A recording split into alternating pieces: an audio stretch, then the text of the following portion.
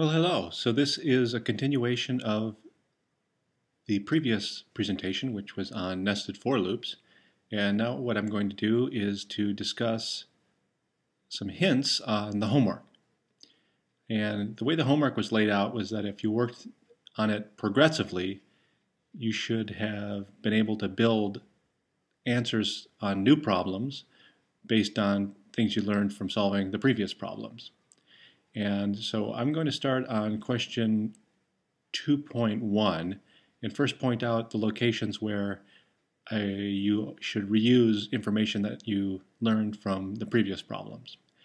And you're probably wondering what this pig is doing here. It has nothing to do with this presentation other than I'm sure you guys that are watching this video are a little bit stressed out because you're trying to get your homework done, and I read somewhere that pigs are relaxing. Find matrix elements. And so what I'm asking you to do here is to modify some matrix elements. And essentially what you're going to be doing is building upon this problem. So let's look at what we were doing here. And in this case, we're stepping through a matrix and we are assigning a value to each element of that matrix. And in this problem, we want to do something similar. So actually, let me copy this and go back here. I don't know that this is going to let me paste into this window. Nope. Control V. Nope. Oh, it worked. Okay. And so this is something from the previous tutorial. Alrighty. So the question is how do we evaluate, how do we evaluate this? Well, the first thing you want to do is get rid of the part that you don't understand. Let me get rid of this. What this program is doing, based on what was covered in the tutorial on nested for loops, is stepping through each element of the array and assigning a value to it. And that value that it chooses to assign is I times j. And so what you should do in order to understand what this thing is doing is you should think about what this loop, this set of nested loops would look like if you unraveled it, if you wrote it out longhand. So that's the first thing that you should be able to do. And I'm not going to go through that solution. I'm just going to tell you that you should understand what the longhand version of this is. Now let's look at the stuff that I deleted. And again, it looks complicated, but I'm going to delete the parts that are confusing and tell you that here we have a statement that says fill in the value at row I, column j. Row I will vary between 1 and 5. Row j, column j will vary between 1 and 5. And set that equal to whatever I is times j. And then now we're saying if m of ij is greater than 10, now we want to do something. And we're going to do two things. First, we're going to set a value equal to -1. So this statement will assign a value to m row I column j, which both vary between 1 and 5. And then this line, if it gets executed, is going to reassign mi of j to the value of -1 if whatever this is greater than 10. Okay, so again, I encourage you to write this out longhand.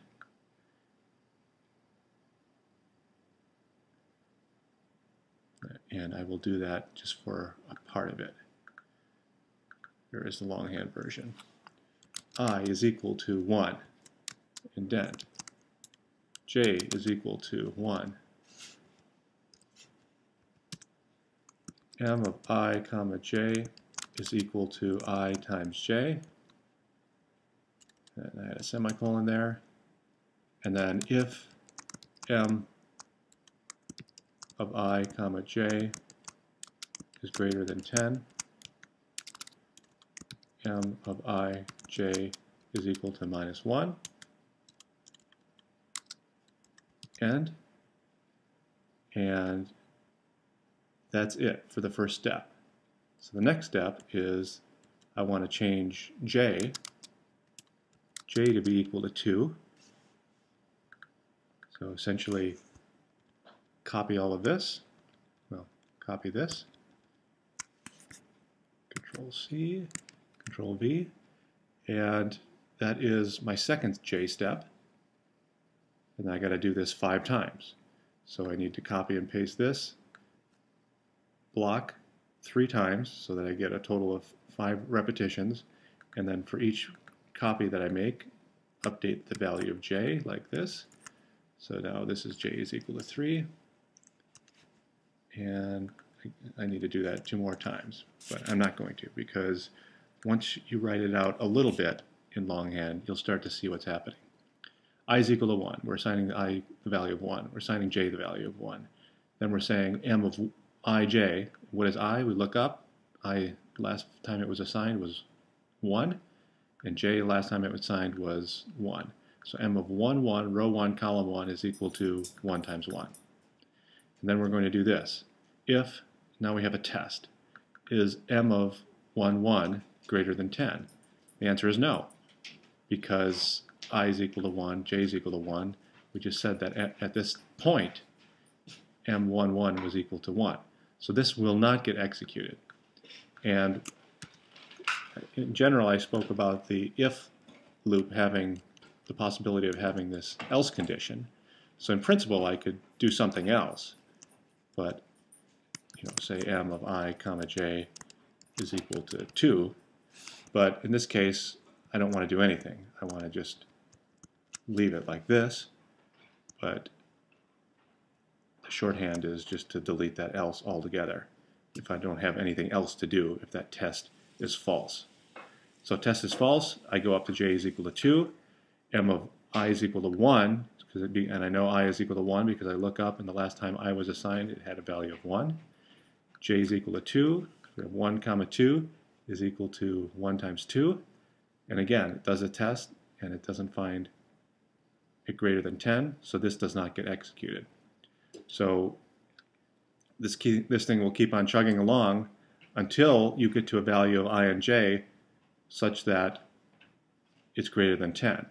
Well, at some point I is going to be 5 and j is going to be 5, and in that case you're going to have I times j is equal to 25, which is greater than 10, and so this is going to get reset.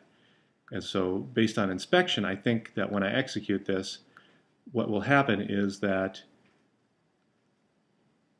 the lower right-hand corner of the matrix that gets displayed will have values of -1, and the upper left-hand area will have values that are something else, some positive value, whatever I times j is. So let me save this, and I'm going to do a CLC to clear this console, and then I'm going to do clear to clear all other variables. And I guess I don't need this counter. Save, and then I am going to hit untitled, and this typing untitled at the command line will cause these commands to get executed as if I had just typed them all in on the command line, or as if I had just copied this and then pasted it into this window. The reason I'm doing that is because I have shrunken my toolbars so that I can show more content. But on your window and on your MATLAB screen, you probably have a little green play button that allows you to just execute these commands by pressing play. So, untitled, press enter, nothing happens. Well, actually something happened. This program got executed, but there's semicolons everywhere, and so that means nothing's going to get displayed to the screen.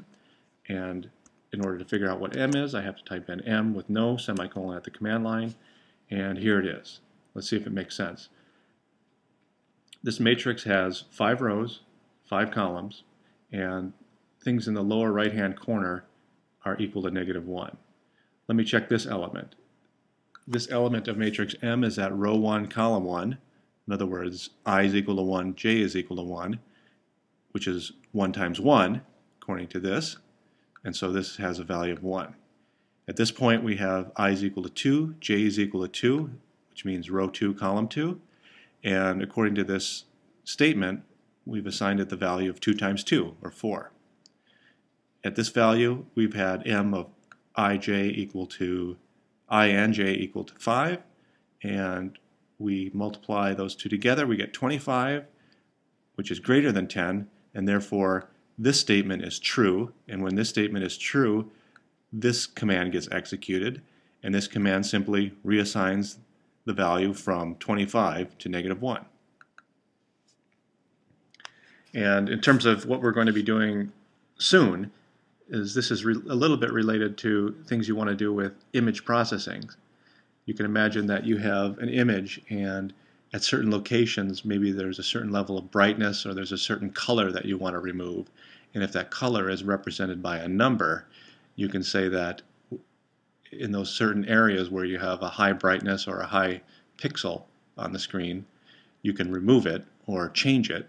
And the way you would do that is you would run through all pixels, all rows of pixels, all columns of pixels, and you would do an inspection to find when a certain condition is satisfied, and when it was, you would do something.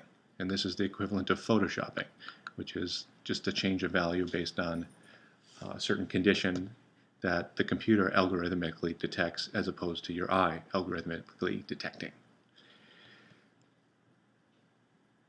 Now let me go back to the problem statement. And the question was, so open a new file named if problem. So I've essentially called, instead of writing if problem, I've called it untitled. I've done that, and I've entered these commands. And below this, in the same file, write a nested for loop that detects the positions in M that have a value that is equal to -1. If a value is detected, reassign its value to -2. Okay, well, what this is telling me to do is, at this point, at line 9,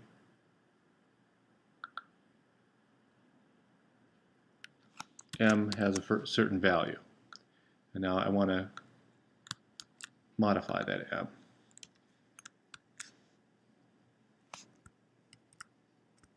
Nope. Copy. Paste. I want to modify that M.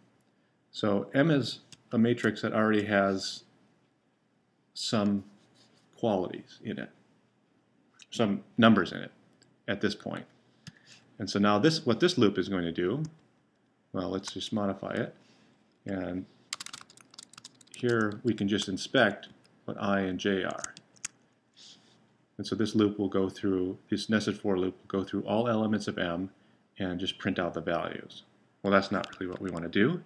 We want to modify those so that when M has a value that's equal to -1, I change it to -2. So that looks like an if statement, a condition statement. So let me put that in here. If some test, then I want to modify M. And what is that test? Well, actually, so let me put it in this. M is equal to -2. And so this is part of the answer. And now the question is what do we want to do for a test? In this case, we were testing if M of I comma j was greater than 10.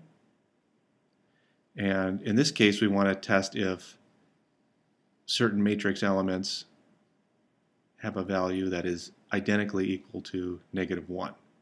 So to figure out if your program runs, what you'll have to do is put M here, and what you should see is this.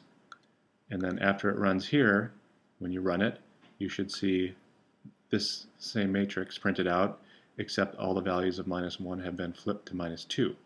And so your job is to figure out what to put in for this test.